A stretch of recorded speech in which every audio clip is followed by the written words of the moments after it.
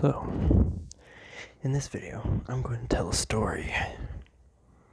And this will be my first time telling a story on this channel, or on any channel other than my personal story, which is a little whiles back, but, you know, it was Energy Versus when I talked about my story. My story is a basic one. I grew up being told that I could believe in anything. I can do whatever I put my mind to. Whatever makes me happy. And ultimately, that path and that gift of allowing to take part in the world as I see fit has been kind of a double-edged blade, because my life hasn't always been very easy or very clear as to what path to take, let alone what kind of story I want to tell. With my personal life.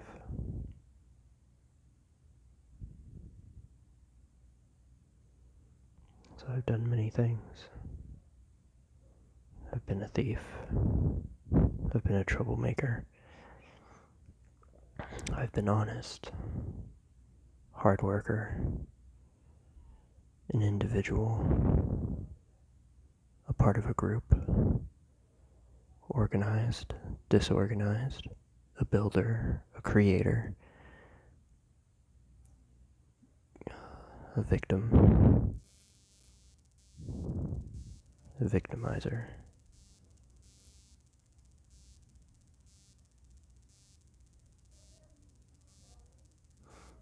We all have stories, and they're all extremely important. But I feel like, more like I'm aware, and it's obvious to me that there are so many parts, so many people that have stories to tell that never get told, and realities and lives that most people wouldn't even believe if somebody did tell them. Like, I've been homeless before. Now have a home. I've been a drifter. Been able to talk to people. Show them that not only am I extremely capable of being my own solidarity in moments in which there is none in my life, that I can be self-reliant, but I've also had moments in which I doubted whether or not I have the capabilities. That always seems to come first. So, a little bit of my own backstory, which I might revisit eventually if anybody's interested. I'll tell a story. And of course, the story that I'll tell is all from energy, personal energy that comes to me. And I'll do these every now and again. Every day I have a storytelling day. Though this will be my first one. So, yeah, if you can hear the German in the background, I'm part German. Spoiler. So, I'll start this story.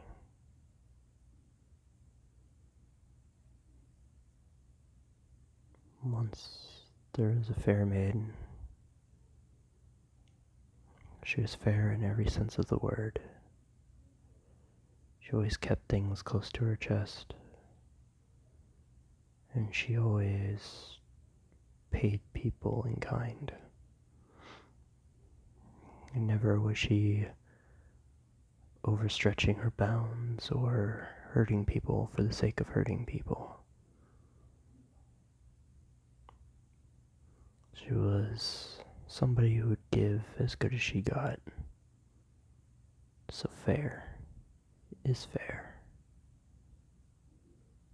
is what she would always say.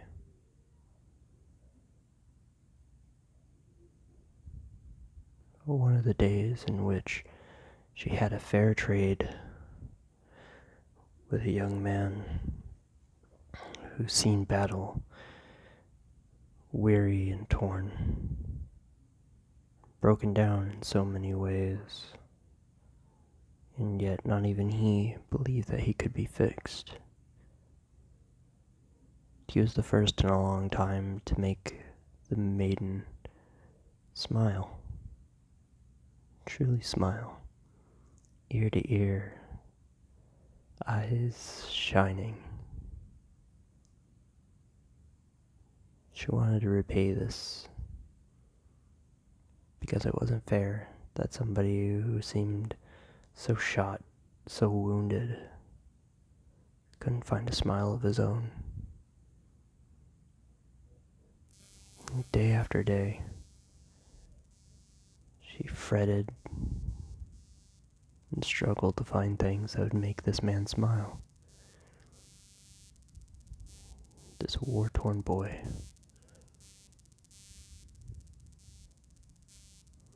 She tried her hardest to give him the greatest days of his life. And this stretched on from months into years until finally the boy did smile. But she wasn't doing anything in particular. She was just spending time with him. And at that moment she was just looking at him. He smiled so big and broke into tears, just streaming down his face. She wondered what was wrong with an inquisitive furrowing of her brow. He looked at her over all the snot and the tears and said, "My life has been hell since I could remember. There wasn't a single thing left for me. And on the day that I met you, I thought all goodness, all beauty, all things were dried up.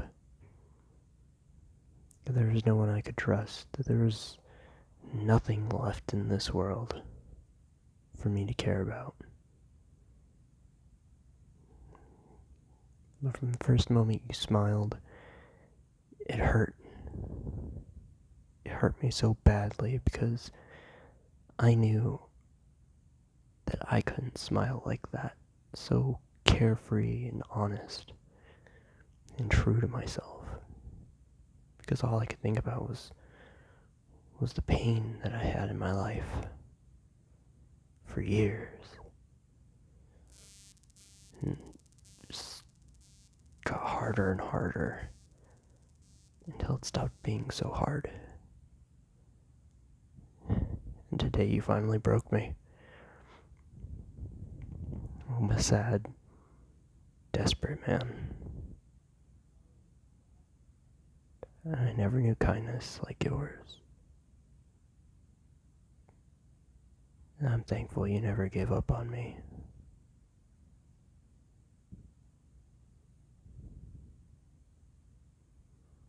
And the maiden smiled. She hadn't said anything for a good while. She just let him cry. And eventually, she wiped away some of his tears, gave him a napkin to, clear his nose. And she held his hand for a while.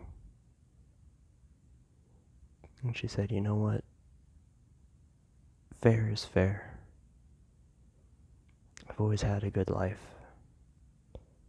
but I never realized just how much a good life could change somebody else's until I met you. You were the hardest challenge that I have ever faced. She's beaming the entire time she's telling him, smiling sincerely.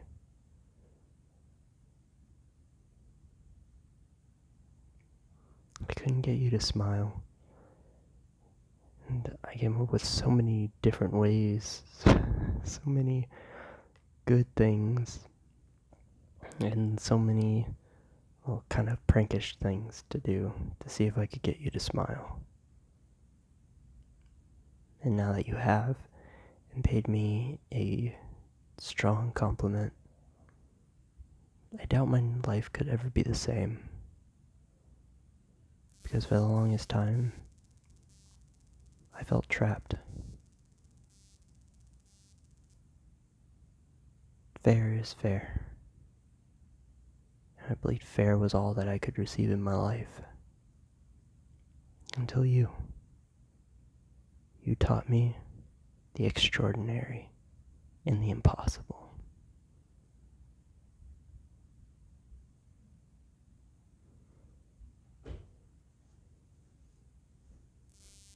So that's just one story.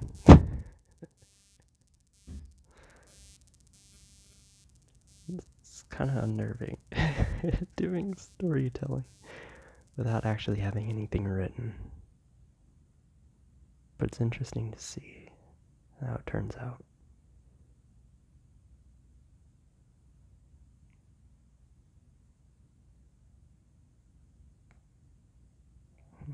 I wonder what I should even title this video even.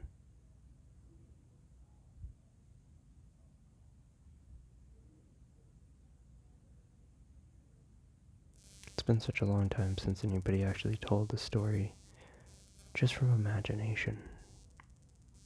Not looking for anything in particular. Not writing it down just to repeat it later. Not turning it into a book. But like bedtime stories. Like genuine bedtime stories. I really enjoyed this experience. It hit me really hard in the emotions though. But that's alright. I hope you guys enjoyed. And I'll definitely do another storytelling video. When I do storytelling anyway.